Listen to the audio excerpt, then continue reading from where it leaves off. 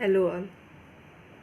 अभी तक 10th की फ़िज़िक्स में आपने गोलीय दर्पण के बारे में पढ़ा है, तो आज हम समझेंगे गोलीय दर्पण से संबंधित जो किरण आरेख होते हैं, उनसे बना प्रतिबिंब कैसा होता है। ये सब हम लोग पहले समझेंगे, उसके बाद उसको बना करके देखेंगे। सबसे पहले अभी हम उत्तल दर्पण और अवतल दर्पण दोनों को साथ में लेकर के चलते हैं, उसके बाद अलग अलग। जैसे पहले अवतल दर्पण का करेंगे, फिर उत्तल दर्पण का करेंगे। पहला नियम क्या है?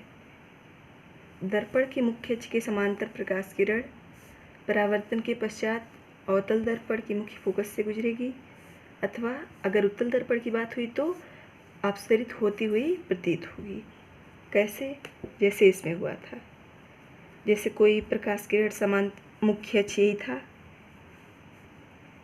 इसके समांतर कोई प्रकाश किरण आई अवतल दर्पण में, तो कहाँ से हुई? ये फोकस से होती हुई चली गई, परावर्तित हुई, फिर आई मुख्य अक्ष के समांतर, ये मुख्य अक्ष इसके समांतर, फिर ये फोकस से परावर्तित हो गई। मान लो यहाँ से आई, ये फिर फोकस से परावर्तित, ऐसे ऐसे मतलब फोकस से परावर्तित होती रहेगी। तो एक बिंदु बना जिसको कहते हैं मुख्य फोकस, एफ से प्रदर्शित करते हैं। जबकि उत्तल दर्पण में क्या होता था? उत्तल दर्पण में आप जानते होंगे कि उसमें अपसरित करने का गुण पाया जाता है। अपसरित मतलब फैलाव का गुण। जैसे मैंने आपको चम्मच लेके जब बताया था कि उसके पीछे जब पड़ेगा प्रकाश किरण तो उसमें फैलाव होगा। तो मान लो कोई ये मुख्य अक्ष है, कोई प्रकाश किरण मुख्य अक्ष के समांतर आई अनंत से, तो क्या हुई? अपसरित हो गई। अभिसरित नहीं हुई, अपसरित हो गई, इसमें फैलाव हो गया, ये ऐसे फैलती गई। और इसको जब हम ये फैलाव को जब हम पीछे डॉटेड लाइन से मिलाते हैं तो ये जाके एक बिंदु पे मिलती है, मतलब मिलती हुई प्रतीत होती है, वास्तव में नहीं मिलती है। तो अवतल दर्पण में वास्तव में मिलती है, इसलिए इसको वास्तविक कहा जाता है। जबकि उत्तल दर्पण में मिलती हुई प्रतीत होती है, इसलिए इसको कहा जाता है आभासी। अब आइए देखते हैं पहला नियम। दर्पण की मुख्य अक्ष के समांतर प्रकाश किरण परावर्तन के पश्चात अवतल दर्पण के मुख्य फोकस से गुजरेगी। अब मान लो हम अवतल दर्पण लेते हैं, ये हो गया मुख्य अक्ष, ये हो गया P ध्रुव, यहाँ मान लो C है वक्रता केंद्र। अब कोई प्रकाश किरण मान लो आई मुख्य अक्ष के समांतर, तो कहाँ से जाएगी? मुख्य फोकस से। ये हो गया मुख्य फोकस F। अब उत्तल दर्पण की बात करते हैं। मान लो कि ये था, ये P था, ये था C, और इसमें प्रतीत मतलब वास्तव में नहीं जाएगी ऐसी, यहाँ जाती हुई प्रतीत होती है। यहाँ से मान लो कोई मुख्य अक्ष के समांतर प्रकाश किरण आई, ये ऐसे दर्शाते हैं आने वाला और ये जाने के लिए चिन्ह। तो ये क्या होती है? अपसरित हो जाती है, इसमें फैलाव हो जाता है, इसमें अभिसरण होता है, इसमें एक जगह इकट्ठा हो जाती हैं। फैला हुआ इसको हम पीछे के बिंदु से मिलाएंगे। आप स्केल लेके इसको अच्छे से करिएगा। जिस बिंदु पे मिलेगी, मिलती हुई प्रतीत होगी, वहाँ क्या है? F। ये हो गया पहला नियम। इसको सब नोट्स बनाते चलिएगा, इसीलिए मैंने इसको ऐसे लिख दिया है जिससे आपको मतलब समझने में दिक्कत ना हो। फिर स्केल से इसको सही से बनाइएगा, जिससे एकदम बराबर पॉइंट पे मिलती हुई मतलब आपका एग्जैक्ट चित्र बनेगा। आइए देखते हैं दूसरा नियम।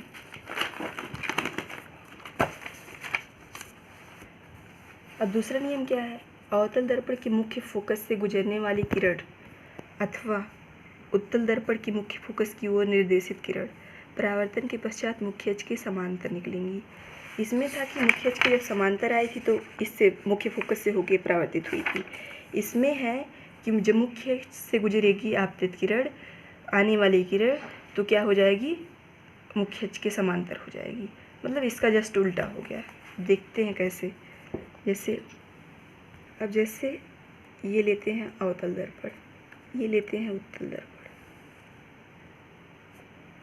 ये आपका काम है, इसको आप समझ गए हैं तो इसके पीछे और इसके ऐसे आप कर देंगे पॉलिश, बिना इसके दर्शाए नहीं हो सकता।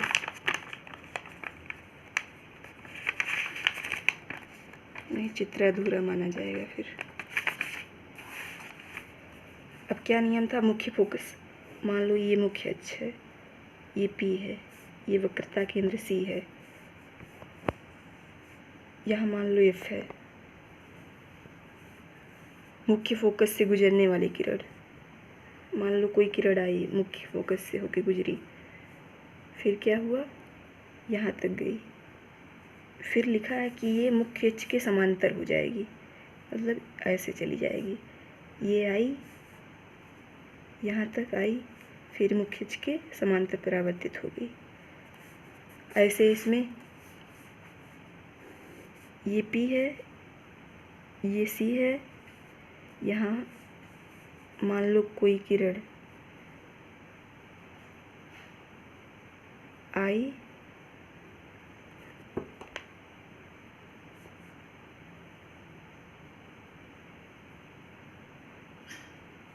तो इसको हम पीछे की तरफ जब मिलाएंगे तो ये क्या हुआ था? इसके समांतर हो जाएगी, यहाँ से आई और ये इसके समांतर हो गई। तो इसको हम पीछे मिलाते जाएंगे तो यहाँ पे F है, ये P था। अवतल दर्पण की मुख्य फोकस से गुजरने वाली किरण, पहला नियम था कि जब मुख्य अक्ष के समांतर आई तो ये फोकस से चली गई, यहाँ जाती हुई प्रतीत हुई। और यहाँ पे क्या है? मुख्य फोकस से जब आएगी, आपतित किरण होगी, तो ये परावर्तित होकर के मुख्य अक्ष के समांतर हो जाएगी और उत्तल दर्पण में समांतर होती प्रतीत होगी यहाँ पे। और तीसरा नियम क्या है? अवतल दर्पण के वक्रता केंद्र, वक्रता केंद्र किसको निरूपित करते हैं? C से निरूपित करते हैं। C से गुजरने वाली किरण अथवा उत्तल दर्पण के वक्रता केंद्र की ओर निर्देशित किरण परावर्तन के पश्चात उसी पथ के अनुदिश वापस परावर्तित हो जाती है। जैसे ये रहा अवतल दर्पण, ये रहा उत्तल दर्पण।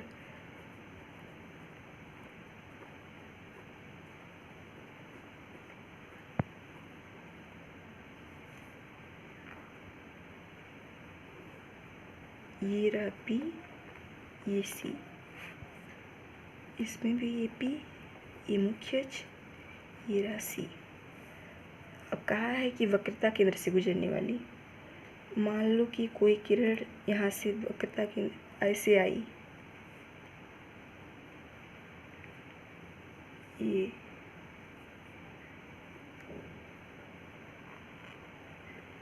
तो इसमें क्या कहा है? वक्रता केंद्र से आने वाली किरण पुनः उसी दिशा में, उसी मार्ग से वापस लौट जाती है, उसी मार्ग से परावर्तित हो जाती है।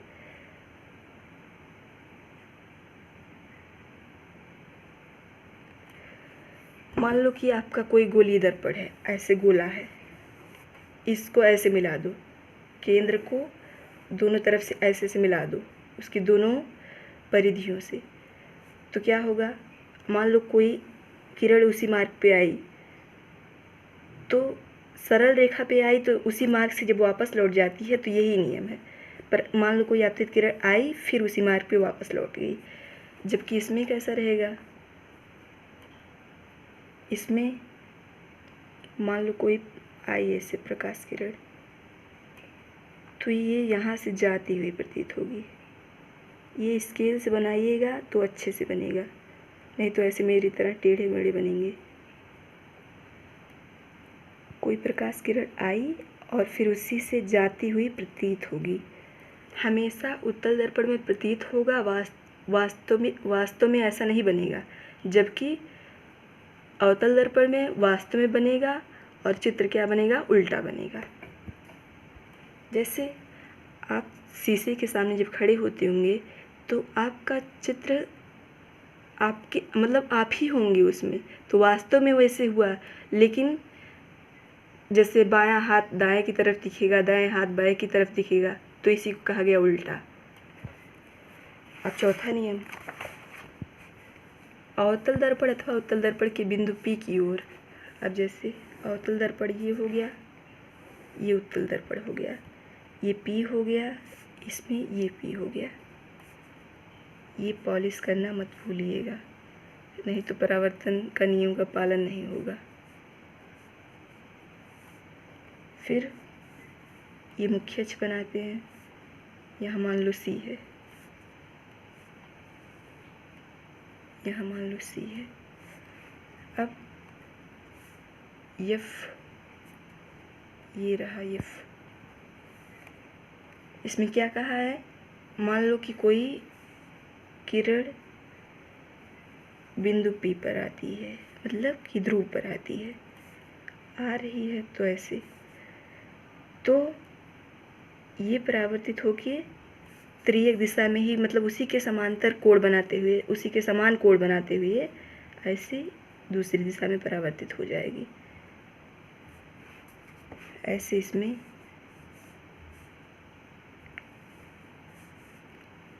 मान लो I, फिर अब इसके आगे जब ये मेन बिंदु पे आके मिल गई है तो यहाँ कहीं प्रतीत करना या ये ऐसा कुछ करना इसमें कोई ज़रूरी नहीं है, ऐसे ये चली गई। आप देख रहे होंगे कि जैसे ये रहता था, ये समतल दर्पण था और उसके बाद ये ऐसे आपतित किरण आई थी, फिर उसके बाद ऐसे परावर्तित हो गई थी, ये अभिलंब था। परावर्तन के पहले नियम, परावर्तन के 2 नियम थे, उसमें आपने ये सब पढ़ा था। जैसे कोई आपतित किरण आपने इस तरफ बनाया था, लेकिन आपतित किरण से आने से मतलब है ये किस दिशा से आ रही है, किस दिशा में जा रही है, इससे थोड़ी ना मतलब है। तो यहाँ भी ये किरण आई तो मतलब आपतित किरण हो गई, इधर से चली गई तो मतलब परावर्तित हो गई। ये दोनों के बीच समान कोण बनेगा, जैसे ये I और ये R, ऐसे इसमें भी ये हो गया I, ये हो गया R। तो यही कहने का मतलब है कि दोनों परावर्तन के नियम का पालन कर रही हैं।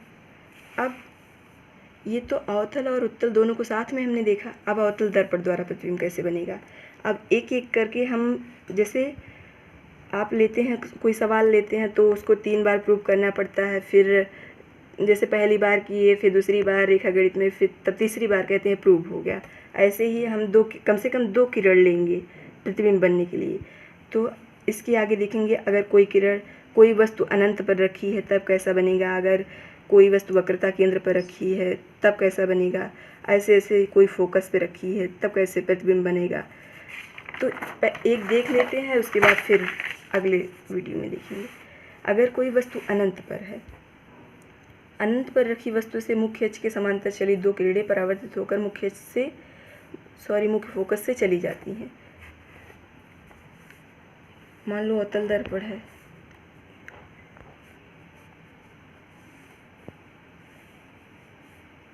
ये रहा P, ये C, कोई वस्तु अनंत पर रखी है, मान लो वस्तु है A और B।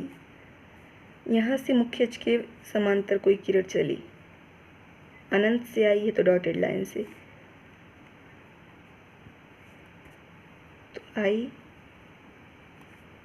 तो क्या पढ़ा था, मुख्य अक्ष के समांतर जब कोई किरण आती है तो कहाँ से जाती है, मुख्य फोकस पे जाके अभिसरित हो जाती है। तो क्या हो गया, F। ऐसे ही मान लो फिर नीचे से कोई किरण आई, जब स्केल से बनाएंगे तो बहुत एकदम सटीक बनेगा, फिर ये जा करके ऐसे यहाँ से आई, फिर ये यहाँ से आई, कहाँ पे बना, मुख्य फोकस पर। तो अनंत पर वस्तु की स्थिति कहाँ पर थी, अनंत पर। अब देख रहे होंगे प्रतिबिंब बिल्कुल बिंदु की तरह बना है, और कहाँ बना है, ये इस तरफ बना है तो मतलब वास्तविक है। और हमेशा अवतल दर्पण की विशेषता होती है कि उसमें उल्टा चित्र बनता है, तो ये उल्टा बना। तो पहला क्या था, अनंत पर कोई वस्तु रखी है तो प्रतिबिंब कैसा बनेगा? फोकस पर बना, ये फोकस पर बना। कैसा प्रतिबिंब बनेगा? किस आकार में बनेगा? बहुत छोटा सा, बिंदु के साइज का, तो बिंदु के साइज का बना। जब स्केल से लेकर के बनाएंगे एकदम अच्छे से बनाएंगे और जैसे मैंने बताया है वैसे ध्यान से करके बनाएंगे तो फिर आपका एकदम बिल्कुल स्पष्ट चित्र बनेगा। फिर अत्यधिक छोटा, बिंदु की साइज का। अब उसकी प्रकृति कैसी है? वास्तविक। वास्तविक मतलब इसी तरफ बना, अगर उस तरफ बना होता क्या होता? आभासी होता। और वैसा किस में बनता है? उत्तल दर्पण में।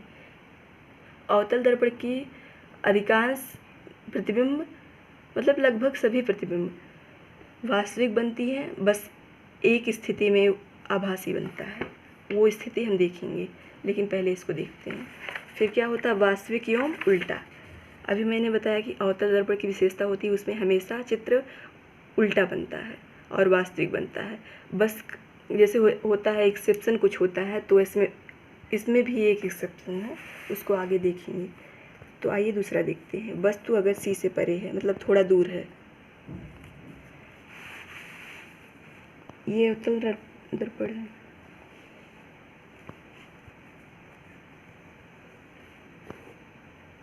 ये P है, ये C है। वस्तु C से परे मतलब दूर रखा है थोड़ा सा, तो मान लो ऐसे वस्तु रखा है। ये B हो गया, ये हो गया। यहाँ से मुख्य अक्ष के समांतर कोई किरण चली तो कहाँ से जाएगी? मुख्य फोकस से। ये रहा मुख्य फोकस F। जब तक ये आप ये चिन्ह नहीं दर्शाएंगे तब तक कैसे पता चलेगा कि आ रही है कि जा रही है? अब फिर ये नियम आपने पढ़ा था कि जैसे कोई किरण जब कहाँ है, ये जब वक्रता केंद्र से आती है तो फिर उसी मार्ग पर वापस लौट जाती है। तो फिर मान लो कोई किरण आई वक्रता केंद्र से, फिर क्या होगा? आई, फिर उसी मार्ग पर वापस लौट जाएगी। तो ये चित्र यहाँ पर बना, प्रतिबिंब बना। इसको मान लो हम कर देते हैं A' B'। प्रतिबिंब वस्तु कितना बड़ा था? प्रतिबिंब कैसा बना? उससे छोटा बना। और कहाँ बना? उल्टा बना, नीचे की तरफ बना। अगर ऊपर बना होता तो क्या होता? सीधा बनता। और इस तरफ बना तो इसलिए वास्तविक एवं उल्टा बना, छोटा बना, वस्तु से छोटा बना। अब देखते हैं दूसरा नियम। सी से परे रखने पर फोकस तथा वक्रता केंद्र के बीच प्रतिबिंब बना। कैसा बना? छोटा बना। किससे? वस्तु से। और इसकी प्रकृति कैसी थी? वास्तविक और उल्टा। वास्तविक मतलब इसी साइड में बना और उल्टा इसके नीचे बना, इसीलिए वास्तविक एवं उल्टा। आज के लिए बस इतना ही रखते हैं और आगे की वीडियो में देखेंगे। Thank you.